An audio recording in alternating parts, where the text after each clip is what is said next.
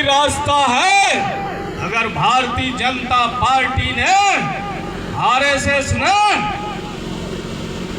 हिंदू का जो सिस्टम को लेकर के चला और आज वो लोग शासन और सत्ता में है, आपको अपने रूढ़ी प्रथा परंपरागत व्यवस्था को, गोंडवाना आंदोलन को साथ लेकर के चलना पड़ेगा और यहाँ गोंडवाना का राज सत्ता आएगा साथियों। ये हमारे दादा लोग, हमारे पूर्वज लोग ये सपना देखे थे, लेकिन अभी भी हम माई राजराजेश्वरी में गए थे, हमारे एक बहन को बाहर आ गया और लगता है यहाँ पहले बार, उसके पहले दादाजी के माध्यम से भी आया था। तो साथियों, मैं तो कहना चाहूंगा कि जो बाहर आया था उसने भी ये बात कहा, सजोर पहनता साथियों, उसने भी आज होशो हवास से उसने कहा कि जब तक आप जीवा भाव नहीं दोगे व्यवस्था में परिवर्तन नहीं होगा। अरे जो समाज जीवा भाव के बदौलत चलता है, तो हमारे ही बहुत सारे पंडा पुजारी अलग अलग व्यवस्था चला रहे हैं नहीं भाई, है ना? तो कहीं ना कहीं तो गड़बड़ होने वाला है। इसलिए इस पर मैं तो विनम्र निवेदन करना चाहूंगा, जितना हमारे पेन पुरखा के पुजारी लोग हैं उन लोगों से कि इस पर सुधार करें, हम सनातनी ना बने, ऐसा मेरा आप लोगों से आज अपील है। हम लोग चूंकि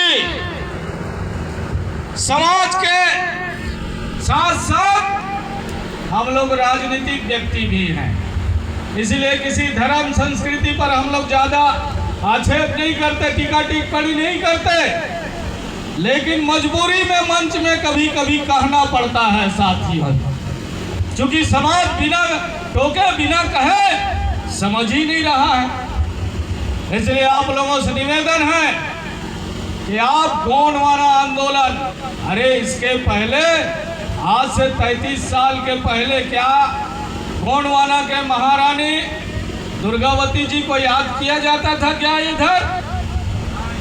उधर हमारे छत्तीसगढ़ में भी उस समय मध्य प्रदेश था, उधर भी हमारे गोंडवाना के महापुरुष हुए वीर नारायण सिंह, उधर वीर बाबूराव सेठवा के कुमराम भीमू, तमाम हमारे समाज में आज जो 61-62 लोगों का नाम बताया जा रहा था जो स्वतंत्रता संग्राम सेनानी,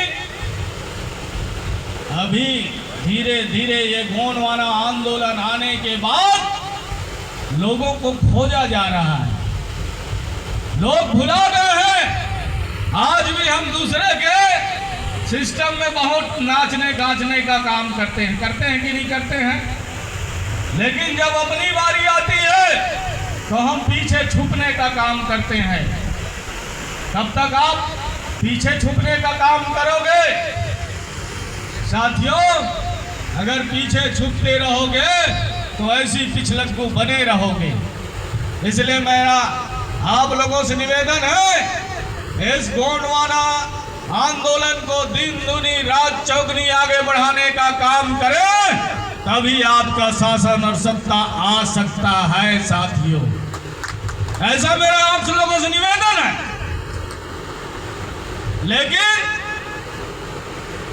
आंदोलन, जो आंदोलन जल जंगल जमीन खनिज संपदा गोंडवाना रत्न दादा हीरा सिंह मरकाम ने आपके लिए इतना लड़ाई लड़ा, आपकी ये आप जय सेवा का नारा दे रहे हैं, जय गोंडवाना कह रहे हैं, ये सतरंगी झंडा आ गया कि नहीं जी?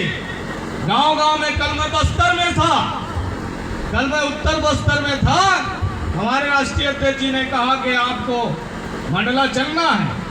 रात को ही मैं 1:30-2 बजे वापस आया और इधर आ गया। कल मेरा कार्यक्रम सरगुजा में है। तो साथियों, अगर इस तरह आप लोग दौरा करना चाहें, अगर गोंडवाना आंदोलन के माध्यम से दौरा करेंगे, चूंकि हमारे लोग दौरा नहीं कर पा रहे हैं, संगठन का काम ठीक नहीं कर पा रहे हो आप लोग, जैसा होना चाहिए वैसा आप लोग नहीं कर पा रहे हो। गांव गांव में जाइए। दादा मरकाम जी गांव में रुकते थे। गांव में रुकने का कारण क्या था कि उसकी समस्या जानेंगे, उनके यहाँ बैठेंगे, उनके यहाँ खाना खाएंगे, रिश्ता बनेगा, सिस्टम बनेगा और आंदोलन आगे बढ़ेगा। इसीलिए उस समय उबाल था। हमारे जितने गोंडवाना आंदोलन के नेता हैं, चाहे वो सामाजिक नेता हो, चाहे वो राजनीतिक नेता हो, आप लोगों से मेरा निवेदन है, गांव में जाएं, गांव में रात रुकें और वहां लोगों को 10-20 लोगों को बताएं, समझाएं गोंडवाना आंदोलन के बारे में। निश्चित तौर पर गोंडवाना आंदोलन में जागरूकता आएगी। सब लोग समझ गए हैं।